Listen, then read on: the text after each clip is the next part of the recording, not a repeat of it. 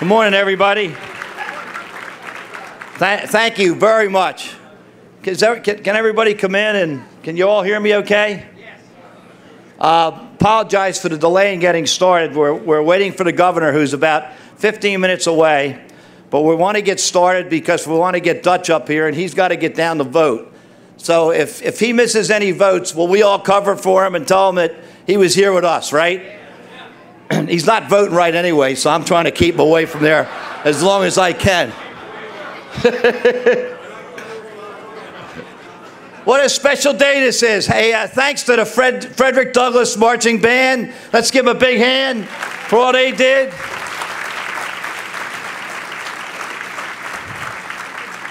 It's a very, very special day, and I want to introduce some special people here, and I'm just going to read their names, and you can stand when I read your names, and please hold your applause until I'm finished. Controller Peter Francho, Senator Ulysses Curry, Senator Ed DeGrange, Senator Catherine Pugh, Senator Jim Roby, Delegate Steve Du Bois, Delegate Barbara Robinson, Delegate Keith Haynes, Delegate Adrian Jones, Speaker Pro Tem, Delegate James Malone, Delegate James Mathias, Delegate Dan Morheim, and this lady's always with us at Shock Trauma, Delegate Shirley Nathan Pulliam. These are our members of the legislature with us today.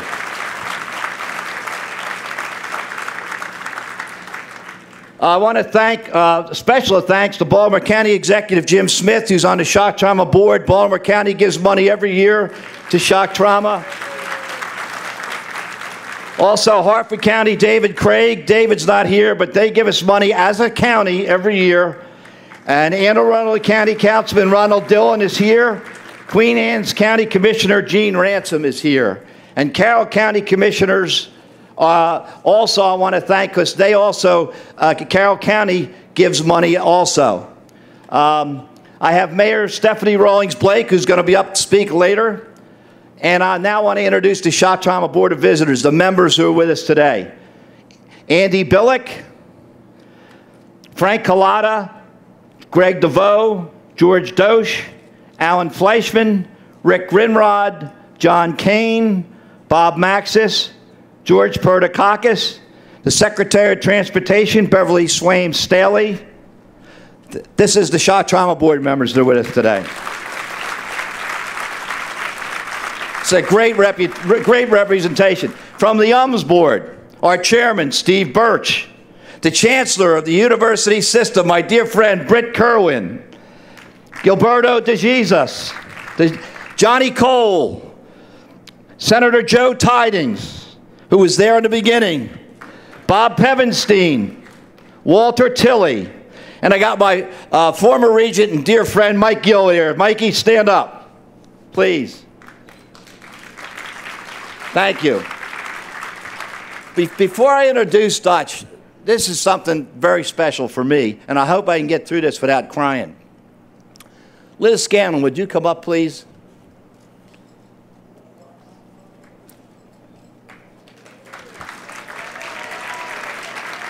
You need help?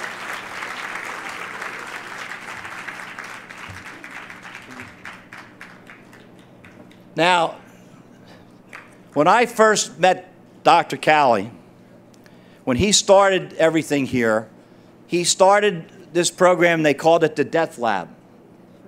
And Liz Scanlon was his nurse from the very beginning. She was with him every day. She built the nursing department at Shock Trauma. And by the way, this is the 4th Shock Trauma building. The first one was a 2-room hut somewhere. In 4C. In 4C. University Hospital. University Hospital. They called it the Death Lab because I'm going to talk a little bit later about the Gold Hour, but Dr. Cowley only took the most difficult patients, and that's why they called it the Death Lab. And then they moved from where? From there? To the NIH building, which was a 5-story building. The old shop where you first met Cowley, in the old building that was a 5-story building. Dump. It was a dump. They used to bring in. When it started. It was great when it started. They had the desks. The desks were in the hallway, okay? The patients were brought in by the dumpster, and they had to go through I don't even know the word, a big circle, to get there. And then they had to go 3 stories to get x-rays. I mean, it was unbelievable. Then the next step was the building next door.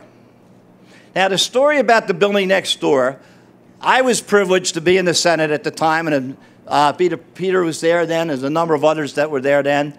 And I was privileged to sponsor the bond bill for shock trauma for the new building. Now, Dr. Cowley, the visionary that he was, he wanted a building that was twice the size of that one. He said, we need to build a building that can handle 8,000 or 7,500 admissions a year. We were able to get only 50. Now, 50 million was a lot of money back in '86, a lot of money. And the legislature and the governor approved 50 million, which built the new shock trauma building. Well, today, with this new building, we're completing Dr. Cowley's vision.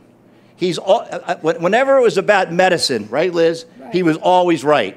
He wasn't always right about everything, right? Right, about people. About people. Oh boy, he could pick a phony out a mile away. But he said, Frank, the building's not going to be big enough. I mean, he predicted the helicopter crashes, that the Bell Jet Ranger wasn't big enough, and when it crashed, they wouldn't be able to find it because it didn't have locator beams. That happened. We all know that. He predicted we needed larger helicopters, the whole system. And the other really neat thing about this system, and Liz can tell you, is we are the only system in the United States that is like this, in the world. And here's a man who had a little difficulty getting along with some people. Most people. Most people. Most people.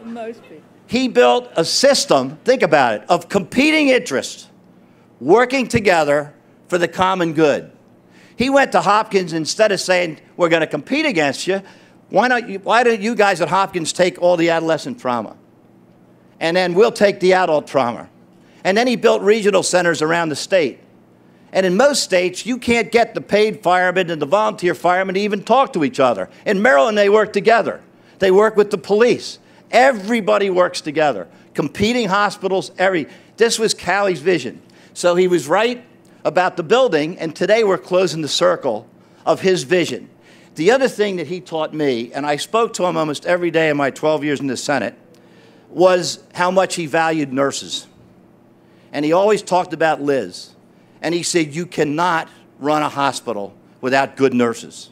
Not to mean the docs, but I think every doc in this room would agree with me how important the nurses are. So I wanted Liz to be up here because I wanted you to see the lady that he built this system with, Liz Scanlon. And without her, it wouldn't be here. Thank you. Thank you. You want to say anything? No.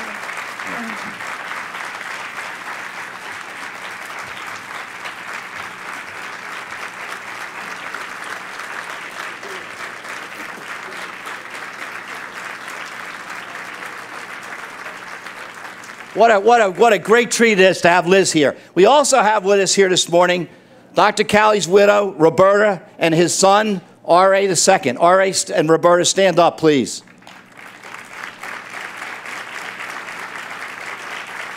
I used to call him Little R.A., but he's bigger than me now. And he's going to Vanderbilt College. He's going to be a doctor. And someday I predict he's going to be here at Shock Trauma. Am I right? R.A.? We'll talk to Scalia about that. Now we have a number of really special speakers today. The first one is the one I kid about, my best friend, who has to go down and vote wrong like he usually does. So I'm only kidding. Dutch, I love you.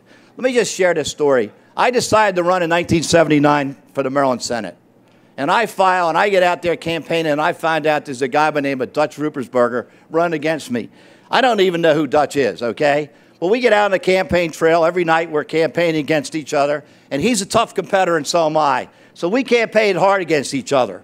But at every event we went to, all Dutch talked about was shock trauma.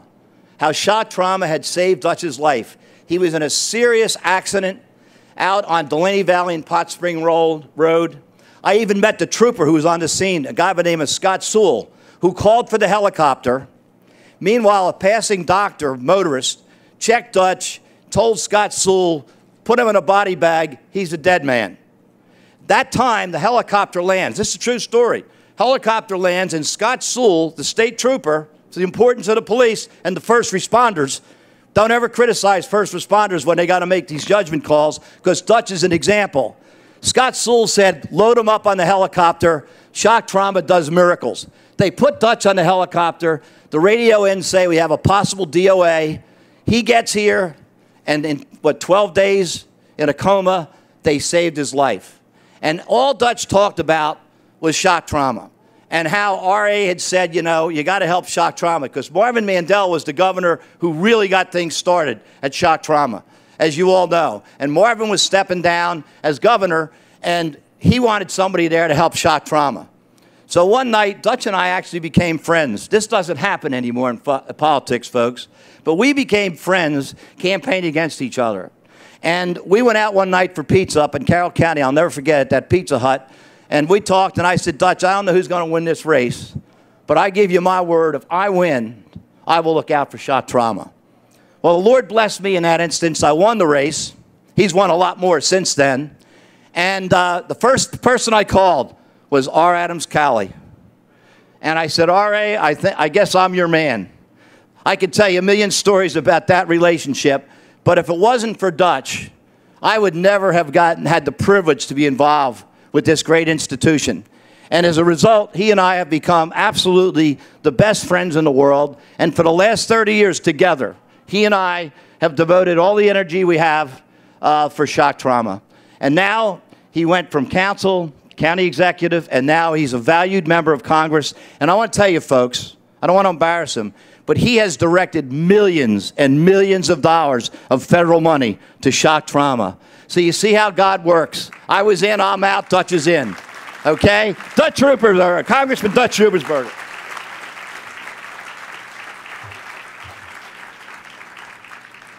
Well, good morning. Is Dr. Ludwig here? If he's not, he fused my neck, so I'm taking this off. Feels a lot more comfortable, to be honest with you. Just don't let me forget it when I leave. Frank, it was so nice to see Liz Scanlon, because you know Dr. Cowley cared about the people that work with him and the nurses. And as a patient in shock trauma for over a month, believe me, the nurses take care of you every day. But what I want to talk about today really is the system that we have here in the state of Maryland. It is considered the #1 system in the world. Now, everybody can brag, but this is true. In my role in Congress, I'm an appropriator, but I'm also on the Intelligence Committee, and that's a committee that works with the military and all the intelligence agencies. So I've been to Iraq 6 times, Afghanistan, Pakistan, whatever. But wherever we go, there's a presence of shock trauma. The Air Force has a partnership with shock trauma to train the docs, the paramedics, you know, the nurses that all go to the front line. And when one of our troops hits a roadside bomb and has an arm taken off, or trauma, or whatever it is, shock trauma had some way of advising or training the people that are there. Now, the reason we have been able to help shock trauma is because of the relationship, as far as the money coming to shock trauma, the relationship with the military. And because of that relationship, shock trauma, and because of their research and development and how good they are, shock trauma not only helps the troops, but it helps each and every one of us in the state of Maryland. I guarantee you, if you have a trauma, there's no better place in the world to be than the state of Maryland for you to live, or for you to be taken care of. But what's so exciting about this new building that we need because of the capacity issue is we also are going to have a center for research. And one of the reasons that shock trauma is so good is because of their research and working with the car industry and how trauma occurs and how to deal with trauma. And you know, sometimes they tease the docs and the nurses in shock trauma that they're cowboys and Indians, because they will do whatever they have to do to save lives. They're not worried about malpractice. They're worried about saving lives and focusing on lives. Now, Frank, our relationship is strong. There's an example in politics where we ran against each other and became best friends. He got on the budget committee, and he became the key person to help the money, working with Dr. Cowley. You remember the helicopter crash where we lost lives, and it was very difficult to determine what helicopter system we would have. And the best in the world were Air Speciale, and that was a tough political vote because it was not in the United States, but that was the best. So we did what was right, or they did, and our legislature did what was right. And we have members of the legislature here too, the state legislature, and I want to acknowledge them, because they have allowed shock trauma to be a priority. Trauma is a priority in the state of Maryland, as you see. And now that we've come to where we are at this point, and to be able to have the building, and Martin O'Malley's dedication and focus on shock trauma, and I see our controllers here, and a lot of other people that I'm not going to acknowledge because Frank is already going to do it. But then the coup de grace to get the money, things cost money. We've got Cal Ripken, our own Cal Ripken. Well, if we can't pull this one off, then shame on us, Frank Kelly. So you better raise that money with Cal's help, and I'm sure we'll do a lot. And plus, you work for the State Department now too, don't you, Cal? Well, we're taking shock trauma, and what we do really, though, is with shock trauma and what they do, we don't have sophistication in a lot of states throughout this country as it relates to trauma, the golden hour, the helicopter, and the ability to save people's lives. And the more that we do, and we can send it out, almost like missionaries, we're going to be better for our country. And the world will take some of this, too. And what happens when there's a catastrophe? Tom, how many times has your team been in Haiti?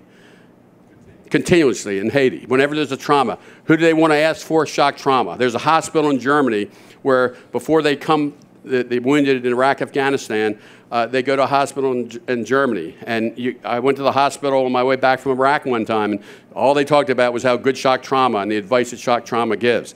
You got Andy Pollock, who's a shock trauma surgeon, who has worked with me. We've been able to get about $30 million to do research on arms and hands. The prostheses are working well when, unfortunately, legs are blown off, but not the arms and hands. So who's leading this? Shock trauma, Andy Pollock. Wherever you go, it's a presence. Well, I've got to go vote, and I really appreciate everything that you've done, but I do want to say this. You can have all the buildings, the best technology, and we're going to try to do whatever we can. But what really counts is the leadership of Tom Scalea and the men and women, the nurses, the docs, everyone who works in shock trauma. That's what makes it work. It's the teamwork coming together, people who are dedicated and focused on saving lives, and they do it in a compassionate way, because when you have a trauma, it hurts. So thank you for being here. I'm excited about this. And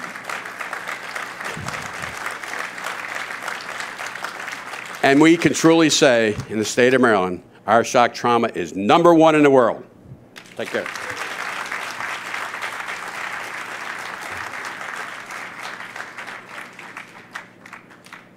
Thank you. Thank you, Dutch. Vote right now. I forgot somebody really, I didn't forget. Bob Krenchik, the CEO of the University of Maryland Medical System. Bob.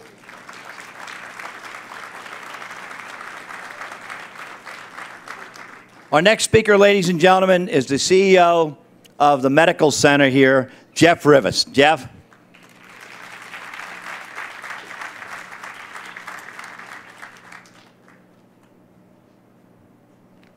Frank, thank you very much. Good morning to all. I have to tell you that the wonderful staff we have in the UMMC Foundation has worked for months putting this program together, and they asked me, where should I put you on the program? I said, anywhere, but don't put me after Frank and Dutch, because they are impossible to follow. But I'm going to do my best to follow them this morning and tell you that I am so proud to represent over 6,000 employees and 1,000 medical staff here at the Medical Center in Shock Trauma, who, as Dutch said, are really the foundation of our success. That's what will make this building powerful. On behalf of our leadership team at both the Medical Center and the University of Maryland Medical System, and again, on behalf of all of our employees and medical staff, I extend my sincere appreciation and warm welcome to our governor, Martin O'Malley, and thank him for his constant and enthusiastic support of the shock trauma mission. Governor, thank you very much.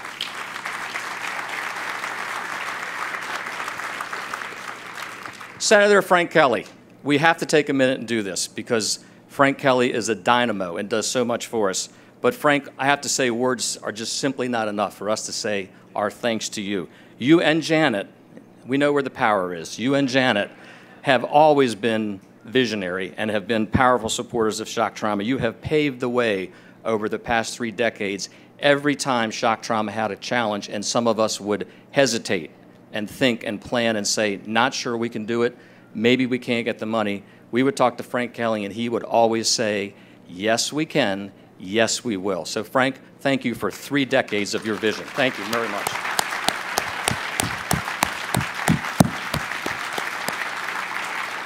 Come up.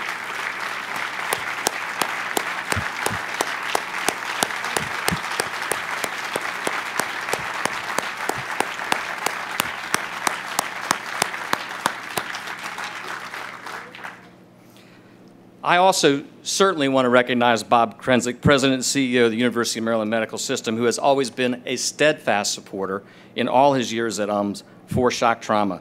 Bob, we greatly appreciate the trust you've put in the leadership team here at the Medical Center to start and manage this project. I will promise you it will be on time and under budget. You always say that to the guy who runs the whole show here. But could you take that part off the videotape just in case?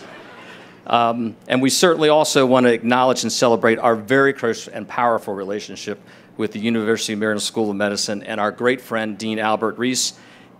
Al, your important partnership and leadership helps make shock trauma powerful. I will tell this group today that anytime I have called on Dr. Reese to say, we have a challenge in shock trauma, we need your support, we need your advice, instantly the answer is yes. What can I do? Where do you need me? When do I need to be there? Al, thank you. You have always been there for us.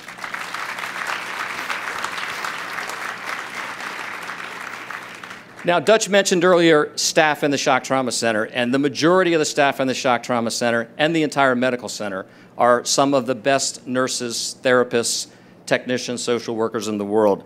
But I would be remiss if I didn't note that we are so blessed at the University of Maryland Medical Center and Shock Trauma to have over 1,800 full-time nurses. The vast majority came out of one of the world's best schools of nursing, right across the street, our own University of Maryland School of Nursing. And I want to recognize and thank Dean Janet Allen for all her support over the years.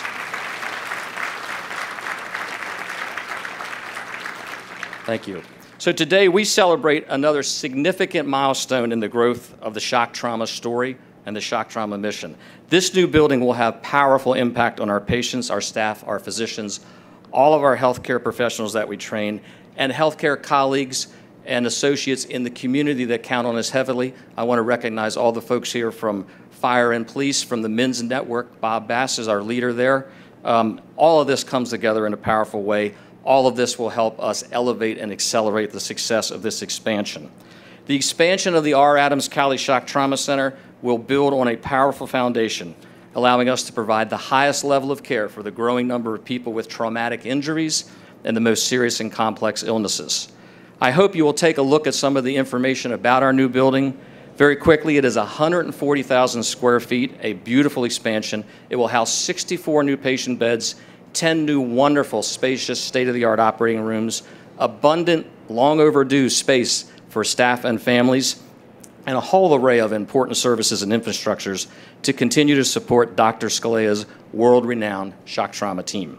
In closing, I'd also like to recognize a very special group of architects, Ballinger & Associates. They've been with us for 3 years. They've guided us carefully through the strategic planning and design development of this building. They have immense experience in doing critical care towers, and we're happy to have them with us here today. I'm also happy to tell you this project will be in the able hands of the Whiting Turner Contracting Company, who's going to serve as our general contractor. And they are represented here today by Mr. Willard Hackerman. Thank you for being here with us today. So as of tomorrow, this will be an unbelievable transformation by tomorrow. As of tomorrow, this site will be fully under construction. Dirt will be flying, steel will be coming in, mud will be everywhere. And I look forward to seeing every one of you and more back here in the summer of 2013 when we have a grand opening and dedication of the new and beautifully expanded R. Adams Cowley Shock Trauma Center. Thank you very much.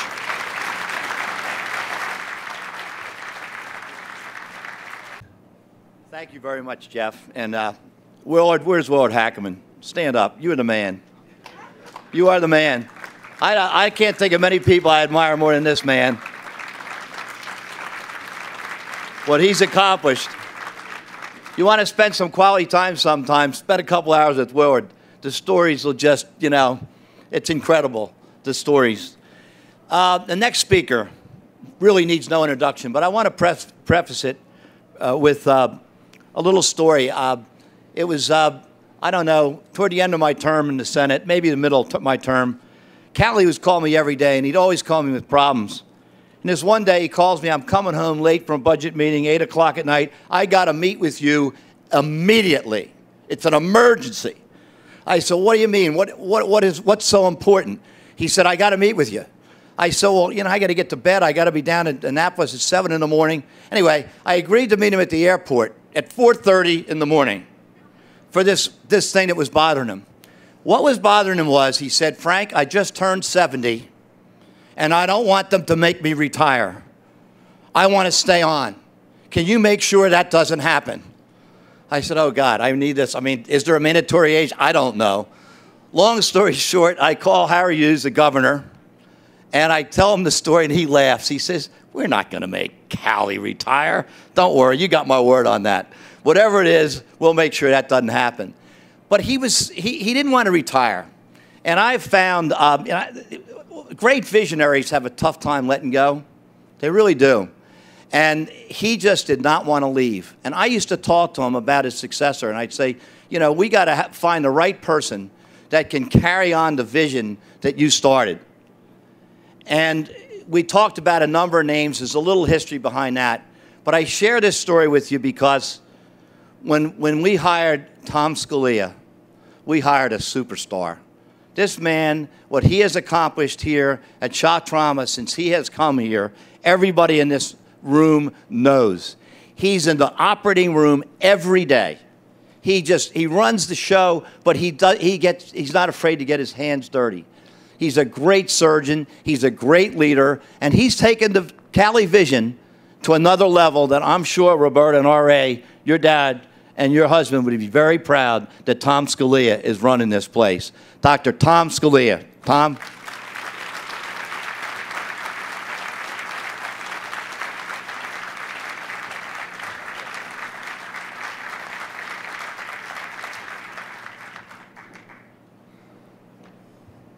Well, thanks, Frank. I wasn't here in 1989 when we opened the new building, because to the people that were here then, this still is the new building. But it's kind of cool to look around the room and see the people that opened the new building. There's Dave Gens and Phil's here someplace, and it's really a pleasure to have R.A. and Roberta and Liz here. And somewhere in the back there is the person that was really the architect of the system, John Ashworth, the person that was able to make this happen.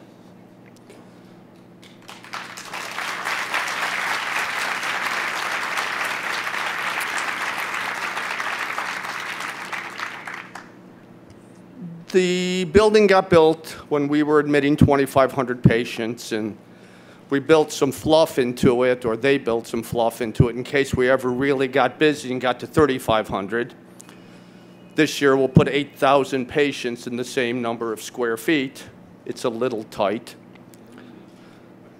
And as we begin the next phase, I took some time and reflected. It's really different than it was in 1989 here. First, we've got the architects of the new system. There's Karen Doyle in the front. There's John Spearman somewhere around here. There's a whole new faculty and set of nurses, and Mary Ann Rowan Brown, who's going to help us do this project. And it's also very different because, unlike 1989, the school's here. Medical school's here, Dean Reese is here, and Dean Jarrell and Chancellor Kerwin. And all of the hospital non-shock trauma people are here. And Pete Rock and Steve Bartlett from anesthesia and surgery are here. It's a new way of doing things. It's a very powerful group of people that have come together to really make this go. It's not an isolated tower any longer. It's an integrated tower. And what's happened? Well, you heard a little bit about the research mission, and Alan Faden's over here. We've now put together an organized research center. It's a $27 million research portfolio. That's pretty fair. And we're taking care of a myriad of types of patients. We've become the hospital of last resort. If you've got a problem, it's a single telephone call and we've got a solution.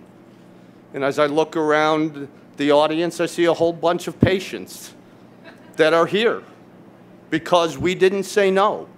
Maybe it wasn't exactly what we were supposed to do, but it's what we did. And And we brought the A game, which we bring every day, and those people are alive because we were willing to open our arms and say, yeah, we can take care of that. So it's really a different place. It's not a local resource anymore. It's a national, and now it's an international resource. We have been in Haiti since 2 weeks after the earthquake. We're still in Haiti, and we will make this last, turn this into graduate medical education, and years from now, there'll be a trauma system in Haiti because shock trauma didn't say we're just from Maryland, we're from the world. And the new building is a huge amount of who it is we're going to be. We currently train more people in injury care than anybody else in the world. We're going to do that in larger numbers and better with the new building. We take care of more badly injured patients than anybody in the country. We're going to do that in bigger numbers and better with the new building. We currently do more trauma research than anybody else in the country. And we're going to do more of that, and we're going to do it better in the new building. What's the new building going to be? I don't know. It's 3 years away. I don't know what I'm going to be doing 3 days from now. Well, actually, I do. I'll probably be operating. It's a day, therefore I'll be at work. But this is the next iteration of the most famous institution in the world in injury care. It's not the last iteration. I'm a lot like Dr. Cowley. Roberta knows that. I'm never satisfied. It's a nice start. The ability to be able to do this, the support of the government, the university, the school, and all of you has just been instrumental in getting to where we have gotten. And I give you my absolute promise that you won't be sorry that you put this building up. Thank you.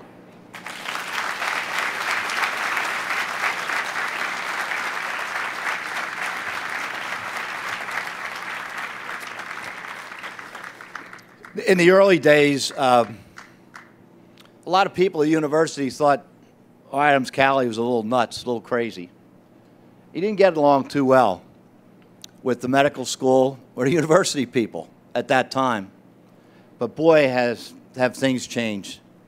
Since people like Britt Kerwin has come on board, and Dr. Wilson, our dean preceding Dr. Reese, Dr. Wilson allowed, there was always a conflict between trauma and surgery. Surgery was a little bit jealous of trauma, and RA always felt trauma should be separate, that it had earned its own place. And Dr. Wilson, to his credit, created the Department of Trauma in the School of Medicine. And they named a chair, which I'm privileged to say was named after me, the first chair in the country, the greatest honor I've ever had. But the important thing is that over time, the medical school recognized the importance of shock trauma. We're now very fortunate to have a dean, Al Reese. And you've also probably read and heard stories over the years where the hospital people didn't get along with the medical school people. Well, that's changed also. Since Bob Krenchik has taken over CEO, 30 years experience here at this hospital, knows everybody inside and out. He's a very humble man, not a jealous bone in his body, just wanted to get the job done.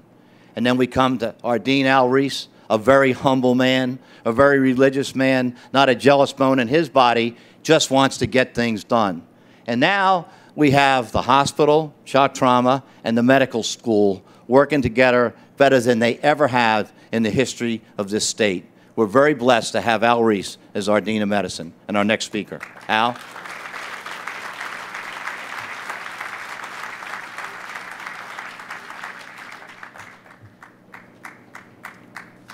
Thank you, Frank. You know, as Dutch was saying, how fortunate we are to have shock trauma. We're very fortunate to have a spokesman for shock trauma that's unmatched. If we didn't have Frank Kelly, we'd certainly have to invent him. He is an incredible, loyal spokesman for shock trauma and the entire medical school and medical system. Well, ladies and gentlemen, I'm truly honored to be here today to represent the University of Maryland, Baltimore, all its schools and its entire constituencies, but in particular the medical school because of its close relationship with shock trauma.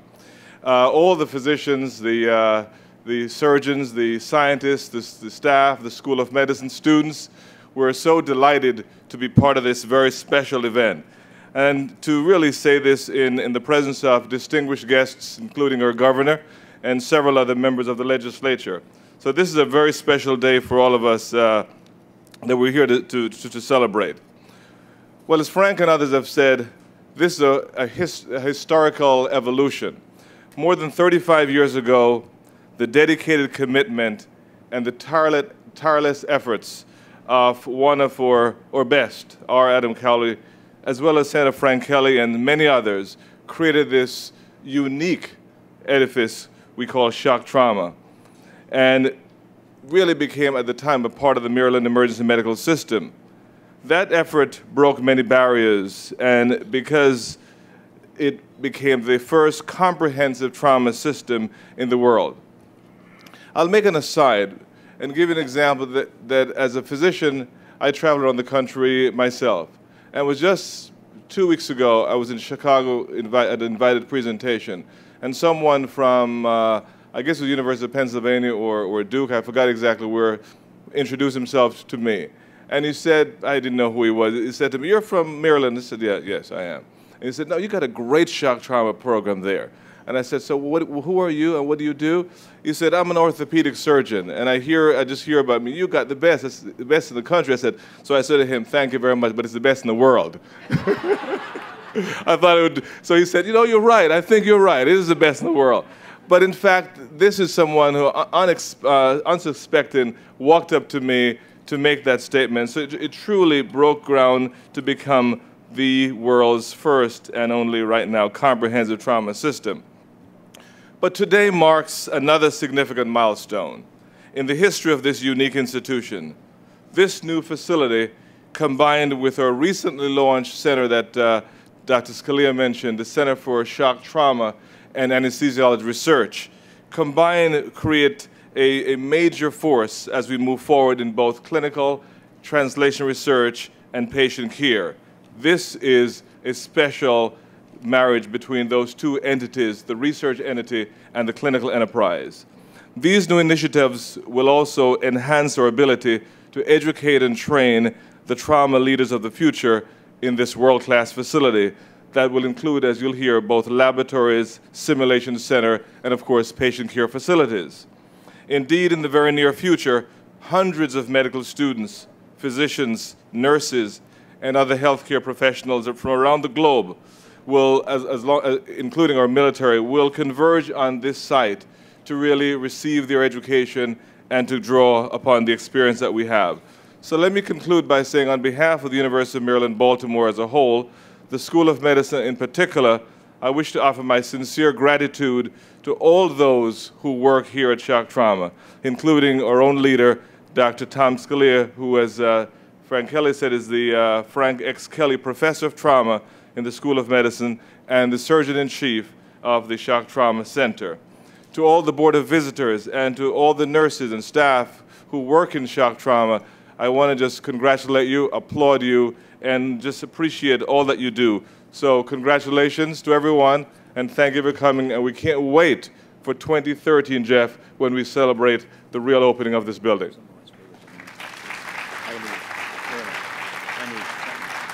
Okay.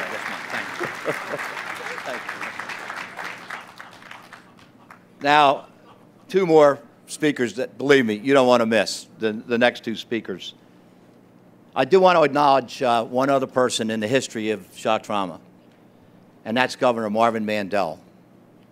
Those of you old-timers will remember, and I wasn't around at this time, but I think it was a fellow by the name of, was it Joe, was it Jim Ross, was the clerk, the House, that was involved in an accident, Senator Tidings, I forget his, Ross, I think. Anyway, he was the clerk of the House of Delegates, and he lived in Frederick, and he went home at the last sign he died, last night of session, and was Jim Moss. Thank you, Roberta. And Jim Moss was almost killed in an accident, and they took him to shock trauma, and shock trauma saved his life. And that caught the attention of Marvin Mandel. And Marvin Mandel then wrote the executive order that created everything that is here today, and was called MIMS, the Maryland Institute for Emergency Medical Services. Marvin Mandel hand-wrote that order which created it, so I believe he deserves a lot of credit for what he did. He's not with us. Now, this next person is so very special to Janet and me and the Kelly family, and I've been really privileged to get to know him as a person in the last couple of years. You all know him as one of the greatest baseball players of all time, a man who set a record, 2,830 games. I always screw it up. A lot of games. And I'm going to tell you about him. I had the privilege, Cal took me up to Cooperstown with him in the Hall of Fame, and I had the privilege to spend time with him and other Hall of Famers. And I watched how these guys literally, the respect that they had for Cal. They're all Hall of Famers, but none of them was respected more than Cal. And Cal doesn't even know this. I never told him this, but Reggie Jackson came up to me one night, Cal, when I finally did talk to him. And he says, you know why we all respect Cal Ripken so much as ball players? Because anybody who's ever played this game knows that no one will ever break that record. It's hard to get through a year without missing a game, and this man did it for almost 20 years. More importantly than that, however, is I know Cal Ripken, the person. And Cal Ripken, the person, is a man of values that he learned from his mom and dad and loved so much and respected so much his dad that he and his brother Billy set up the Cal Ripken Senior Foundation, where they try to impart the values to disadvantaged youth that their dad taught them, and I'm proud to be part of that with them. But I've also watched Cal with people, how much he loves his wife and his family and his kids. And Ryan now, he'll be going to Ryan's baseball game this afternoon. His family comes first, and his friends come first. And he's learned that the values that he taught from his dad are more important than anything else.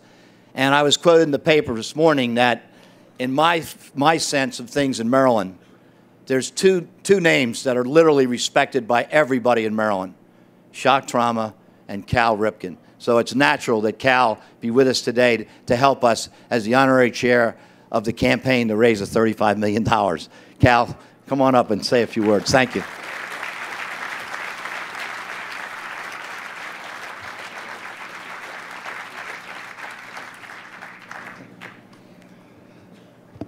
Well, the introduction is going to be far greater than my remarks. And I do like the fact that the number is getting larger and larger after I've stopped playing. 2,800 games, we'll make that the record if you'd like.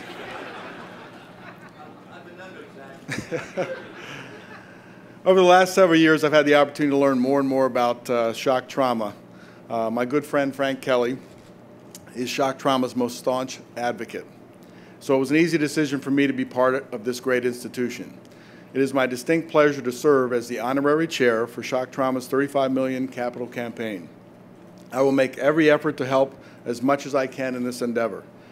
In addition to Senator Kelly, who is serving as the overall campaign chair, I would like to recognize the members of the campaign committee.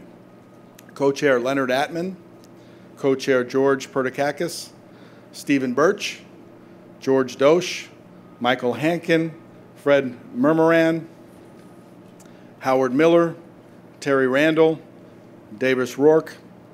Other honorary committee members include Debbie Phelps. Her daughter Hillary is representing the family this morning. Governor Marvin Mandel, Tom Maddy, and First Lady of Maryland, Katie O'Malley. Thank you very much, Senator Kelly, for giving me this wonderful opportunity to serve the citizens of Maryland. Thank you very much.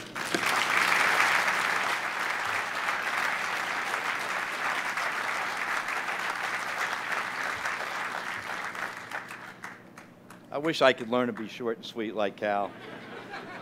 It's just not in me, Peter. Our last, but certainly not least, speaker is the governor of Maryland. And I just want to say a few things about about Martin O'Malley. We've had a number of situations here since he's been governor at the university where we've had to pick up the phone and say, Governor, we need your help. And he has been there every single time we've asked for help. We needed help with the medevac helicopters, which were being upgraded again, rightly so.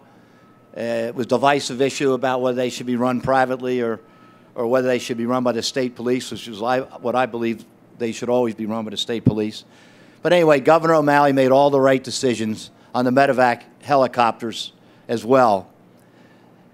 I observed Martin O'Malley when he was mayor, and shock trauma didn't just come to him as governor. When he was mayor, he spent a lot of very uneasy and unhappy times here when police or fire responders were injured on duty, and the injuries were severe enough that took him to shock trauma. And Martin would always be here for his people, always.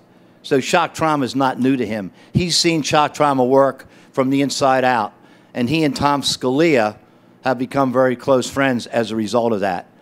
Martin O'Malley was here before he was governor. I believe Martin O'Malley will be for us after he's governor. And finally, this project is going to cost $165 million. The first building was built 100% with state money. People know the times today, it's impossible to do that. So the state is going to contribute $50 million to this project. We will raise 35 privately, and UMMS will contribute the rest. But thanks to Martin O'Malley, the members of the legislature, for approving that funding, we're able to put the shovels on the ground today and start the work for this new building. I introduce to you the Governor of the State of Maryland, Martin O'Malley.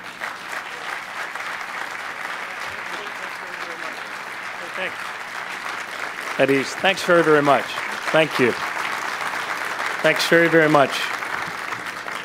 And I stand and applaud all of you, Tom Scalia and the tremendous group of men and women that do such important life-saving work here. Thank you all. This is a great day. Frank Kelly and Janet Kelly, thank you for all of your love, commitment, and your life that you've poured into this beautiful example of the most important belief that we share as a people, and that is our belief in the dignity of every individual, that every life is important, every life is valued, every life is needed. And as a people, when an individual is injured, we rush to that individual's aid, send the helicopters, arrive there, take advantage of that golden hour, and fight like hell to save that important, needed, and loved life. And this is more than just bricks and mortar. This is about who we are as a people. And Cal Ripken, thank you for lending your name to this important cause. The dollars that you're going to force Frank Kelly to raise with your name are very, very important. And we wouldn't be able to do this without it. To Dean Reese, to Dean Allen, to Chancellor Kerwin, to all the members of the board who are here. As Marylanders, we take our responsibility of leadership very, very seriously. And that responsibility is even more needed in tough times than it is in easy times.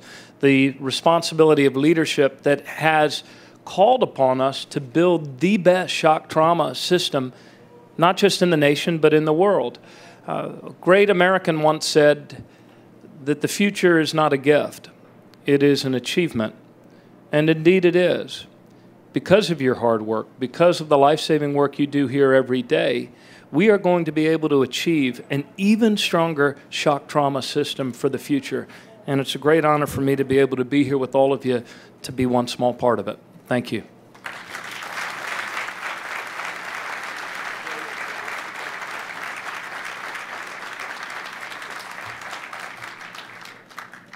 Hey, folks, can I do something? I'd like to introduce my bride of almost 50 years, Janet Kelly. Janet, stand up.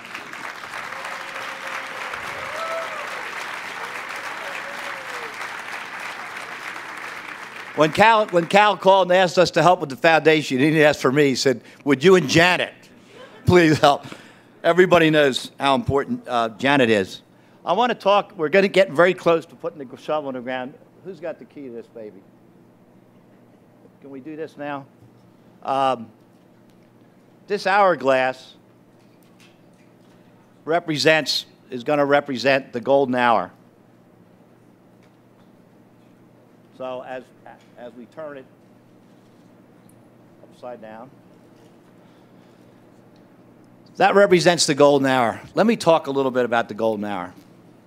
There are other docs in this room that may dispute what I'm saying because I'm not a doctor, but I can only tell you what Dr. Cowley told me firsthand about the golden hour and how he came to it.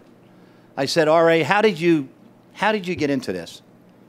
Well, he was a thoracic surgeon, and he was in the Korean War operating in the field on wounded soldiers.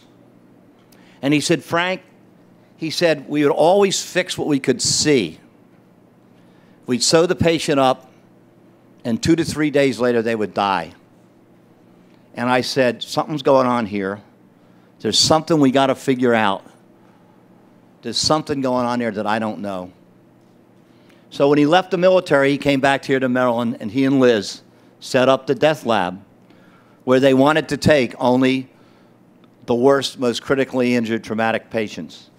And what they discovered was that when the human body experiences trauma, it goes into a process called shock. I'm not a doctor, but the way he explained it to me, the shock is a process where the body starts to shut down. It's a defensive mechanism of the body, and it starts to shut down. And if that process isn't reversed within the golden hour, the patient will die. And that's what Liz and our Adams Cowley, am I right, Liz? Am I saying it right? Good. I want to make sure because I'm not a doctor. So what happens then is if you don't get to that patient in the first hour, the patient dies. And when he figured that out, he figured we got to get the patient here within an hour. And that's where the helicopters come in. And that's why the helicopters are so important. And that's why they're set up so they can get here from Cumberland, Maryland in less than an hour, and way less than an hour. So this is the contribution that he's made to society, and Dr. Scalia and other doctors in this room have taken that further, where they deal with trauma in much more extensive ways now than they did then. So I just wanted to share that with you. That's what the hourglass represents, and that's what, whenever you hear the golden hour, that's what it's all about. Now, ladies and gentlemen, before we break ground, I'd like to bring up the chaplain for the University of Maryland, medical assistant, and in the center here, Reverend Susan Roy, to say a prayer, and then I'm going to introduce celebrities to come up, and we'll put the shovel in the ground. Reverend Roy.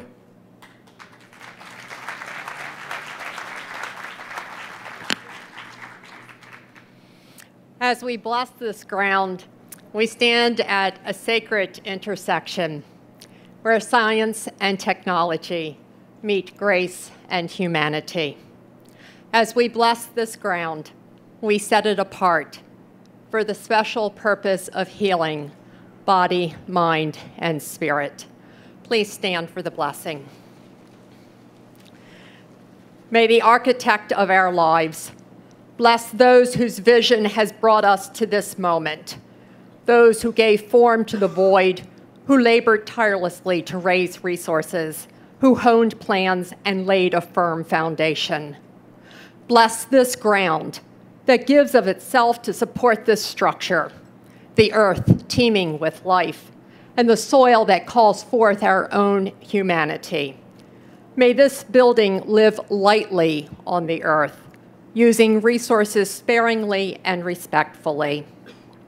Bless all those who construct this building. May they have safe working conditions, and may no harm befall them. May the jobs created by this project sustain families who call this city home. Bless future generations who will come here to work, young graduates who will dream dreams, and the wise tenured that they may still see visions, that all might experience meaning and purpose in their work. Cement the past and the future with the present, that we may be of one accord in our mission. Bless the construction of open spaces and healing gardens, to breathe the fresh air of cold winter snow and humid summer nights, to feel wind on face and rain on skin, that there may be a balm in Gilead. Bless this structure, that it might be strong enough to hold a parent's grief, and porous enough to allow our own humanity to seep through our sterile procedures. May it pulsate with our good deeds, and may it flow with justice and compassion for all who seek healing within its walls. Let the people say, amen. Thank you, Reverend. Thank you, Reverend Roy. I just want to thank everybody for all you do for shock trauma. And if I've missed anybody, which usually happens, please forgive me, because everybody in this room is important. We're going to start now with we're going to put the shovels in the dirt, and I'm going to call the names of the folks that are going to do this. And then we're going to have the Board of Visitors and the UMMC board members separately are going to come up also, and I think the Voice of God's going to handle that to tell you when to come up here to get the shovels. And then anybody else that wants pictures with shovels, we'll get you up here and we'll get them. But we're going to start the official groundbreaking. And as I call you, if you could come up this way, and there's a place marked for you where you to stand. Peter Francho, Dean Albert Reese, Bob Krenchick, Steve Birch. Dutch can't be here. Governor O'Malley, Dr. Scalia, Cal Ripken. Is Mayor Rawlings here? Mayor Stephanie Rawlings, Blake, Jeff Rivest, and Karen Doyle.